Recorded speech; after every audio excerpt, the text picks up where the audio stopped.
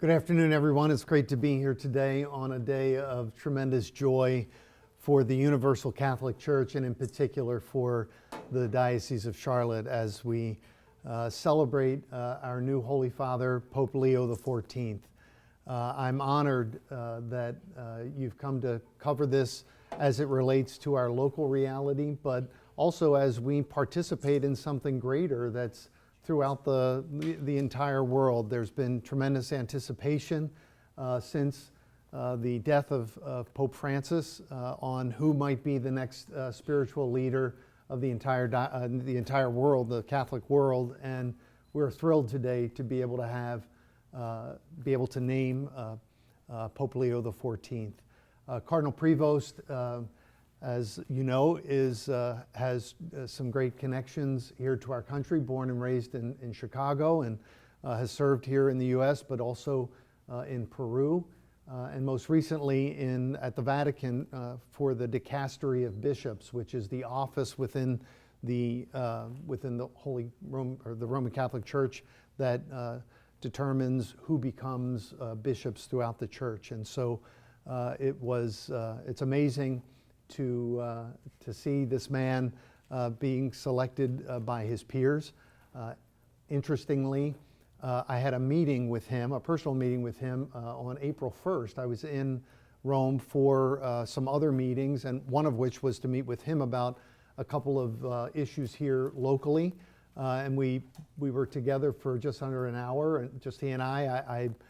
It was not my first time meeting him, but it was certainly my first time sitting down with him one-on-one, and we had a couple of things to talk about, but then also had some time to just communicate informally and learn a little bit more about each other. And I was very taken by his friendly nature, but also about his awareness of the dynamics, not just of the Church in the United States, but more importantly about the Church around the world. And so I'm certainly thrilled that our Church has selected this man whom I believe will be a wonderful 267th successor of Christ in the chair of St. Peter. And I pledge on behalf of all of the Catholics of the Diocese of Charlotte our support, our prayers, and our best wishes to Pope Leo XIV. I'm happy to take any questions that you might have. So I'm very interested. You got to meet them. Sometimes sitting down informally, just chatting with someone tells you a lot about who they are. Sure. What did you pick up about who this person that we now call Pope is? You know, I would say that the thing that struck me the most was just his calm demeanor. Very, very relaxed. That was some of my experience of him. I was at some meetings back in September that he was leading, but it was in a much larger gathering. And again, he was talking about big issues and important things, and still just had a certain calm about him. But that was more appropriate, I think, in that one-on-one meeting. And his interest in me and his interest in what was happening here in Charlotte, in particular the things that we were talking about, I just had this sense of someone who cared very deeply about what was important to me, more so than maybe what was important to him. And can you describe that meeting so I can make sure and describe that right? When it was and what type of meeting it was? Right. There were just some administrative issues that I had to speak with him about. It took place on April 1st. And it was a very warm and collegial, we worked out a few things that needed to be addressed, and it was great. It was a really good time. Bishop, are you surprised that someone from the United States was selected, and in the path of Pope Francis and his bent towards social justice? Do you see all of that continuing, and are you surprised? I'm very surprised. I never would have dreamt that we would see a pope born in the United States in my lifetime. I thought eventually it would happen, but I have to admit, sitting there watching him walk out onto the loggia, I was very shocked. So I don't mind admitting that at all.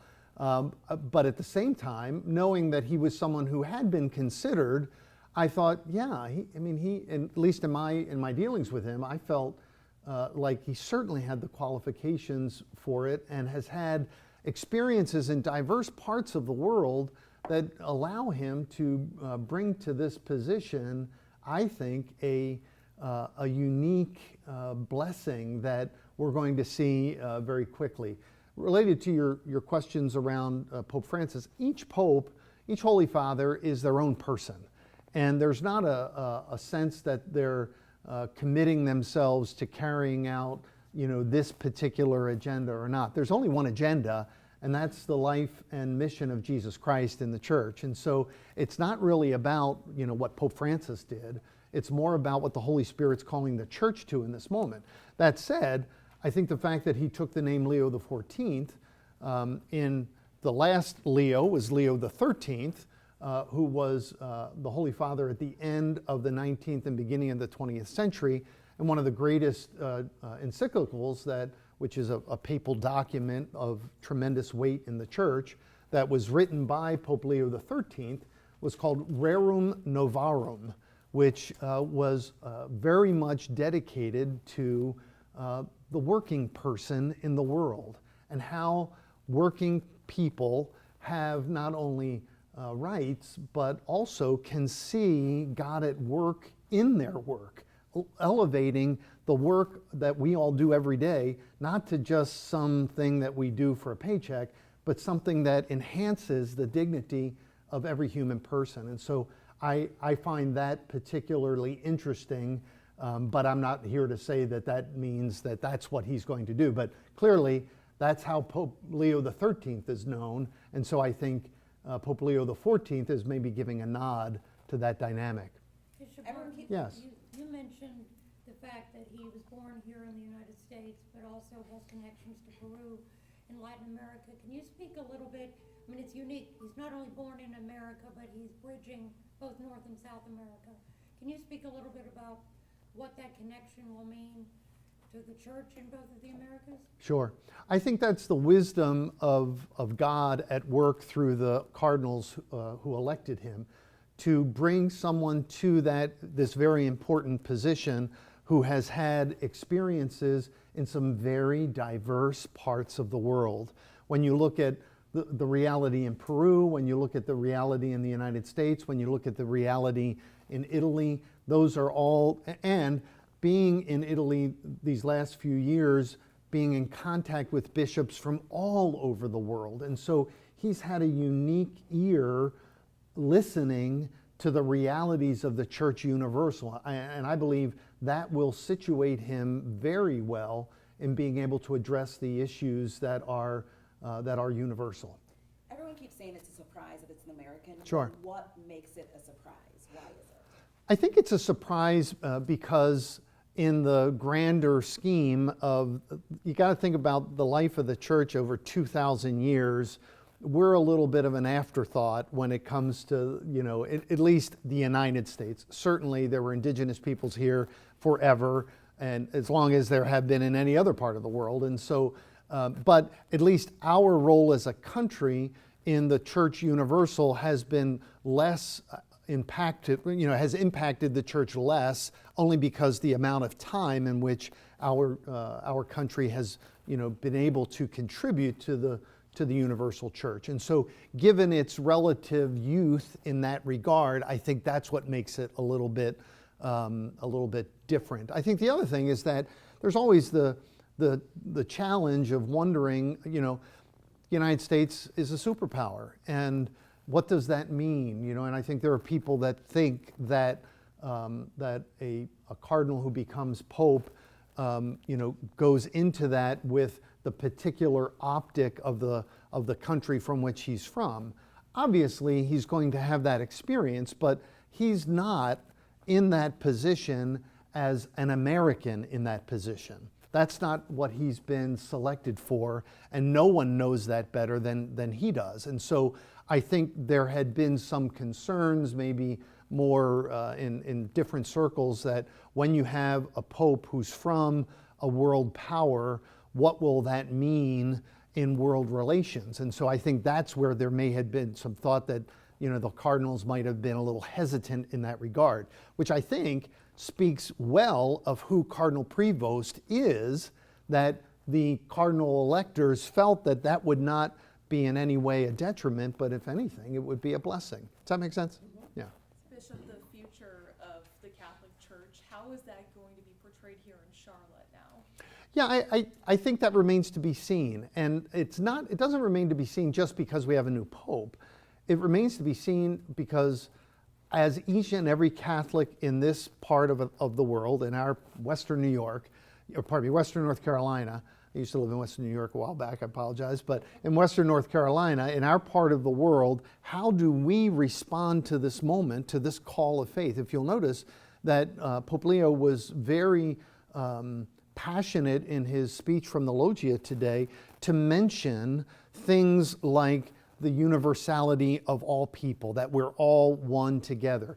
The strong themes of peace that he emphasized over and over and over again in a world that's torn by division. And so I think all of us, just on day one, we're called to ask ourselves, what are my perceptions about my being a brother or sister to people all over the world? Do I see myself in communion with others? And am I seeking to live a life of peace with others, even in the smallest everyday examples of my life? And so I think that's where the Catholics of Western North Carolina have to ask themselves, okay, I've heard for the first time Pope Leo speak about these things that he's passionate about.